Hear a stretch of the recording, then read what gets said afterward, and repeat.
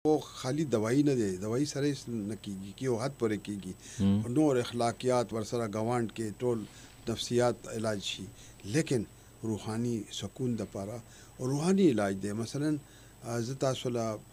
मसलन यो कस दे चे आगा खफगान लरी नो अल्लाह पाक चे दे आगा मुख्तलिफ नमूने दी अवई के कदा से आओ की विरदो की वो जल चे या अल्लाह या रहमान या रहीम जमा जड़ा कवा मुस्तकीम या एहदेना सिरातल मुस्तकीम बहक़ इया कनअबुदु व इया कनस्तईन नो दा विरदो की नो लास खपल जड़ा बांध कीगी दा खो ढेर ढेर ज़्याद शाफी शायद है दा अल्लाह नुम हर यो नुम चवाली मसलन دا تاسو ځینې مریضانو ته وظیفه ورکوي اکثر چې څوک کسان چې کوم دا منی او کولی شي مونږ دام ورکو ورلا او ورسره مونږ اغوی لوي چې یاره مونږ چې کوي هغه کې خپل یکسوی یعنی یو ځای کې څنګه تصور وکړي چې ته مونږ کې ته خو ګویر مال خو الله نه ښکاری لیکن الله چرته حکم خانه کعبه طرف توجه حکم لاندې وګورم سترګې پټې کم کولاو کم نو زما ورونو زما خويند او بیرمنو بچو دا الله پاک چې دی هغه مخامخ هم دی رستم دی لیفٹ هم دی رائٹ هم دی پاس هم دی لاندې دی چې چرته تصور وکړي الله پاک موجود دی او ځکه یو مولانا روم سے وایي چې دا جمعیت چې دی دا اولیاء او کرام زړه کې دی او الله وایي چې زه پاس لاندې نه ځم بس خو زه خو انسان زړه کې ما نو انسان زړه خو یو پاک شي کنه نو دغه شانته ک تصور سره هیڅ چره سړی پریشان شي خفګان شي اسم نه کېږي خالی تصور کې الله لا یاد کی خالی یا اغلوی الله لا یاد کی لا اله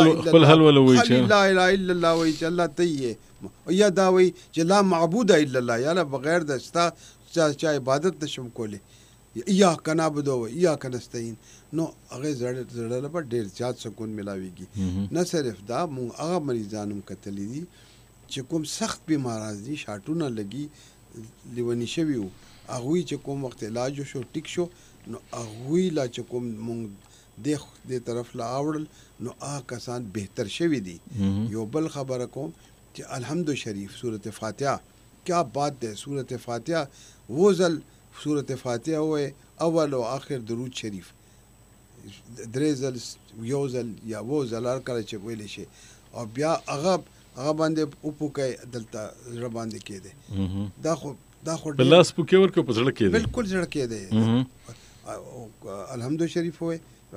پوکې وکې دلته زړه خالی بسم الله ہوئے خالی بسم الله هغه کې درې نمونه دي الله یا رحمان یا رحیم دې کې بعض خلک وایي چې اسم اعظم هم دی بسم الله الرحمن الرحیم وایي خپل زړه باندې کېدی پخوا داسې هم کسان نو چې بسم الله ویل چې تک دل نو هغه دردونه هم ټیک کېدو نو بسم الله هم ډېر لوی وظیفه ده دې کې هم ډېر زیات ستاسو غونډې ډاکټران چې کوم دي خو په دې خبرو باندې ډېر زیات یقین نه ساتي نو د دا چې کوم تاسو کوي په خپل مریض باندې نو د دې څه نتیجې راوتې تر اوسه پورې بالکل دا بین الاقوامي طور باندې ویسټ باندې امریکا مختلف ځایونو کې او سورۃ رحمان او لګول مریضانو لا دوه حصو کې تقسیم کول یو هغه مریضان مثلا اپنډکس والو شروع کې ډېر نو اپنډکس سرجری شو هغه مریضان چې چا سورۃ رحمان اوریدل او یو چې هغه سورۃ رحمان نه اوریدل هندو سیک عیسائی مسلمان ټولو دا الټیمیټلی دا شو نیم یو باندې اوریدو یو باندې نه اوریدل چې کوم اوریدو هغه زخم هم زرخه شو هغه زر کې ناستو او ویله فائدہ زر ملاو شو چې کوم هغه نه دي شوی ټیک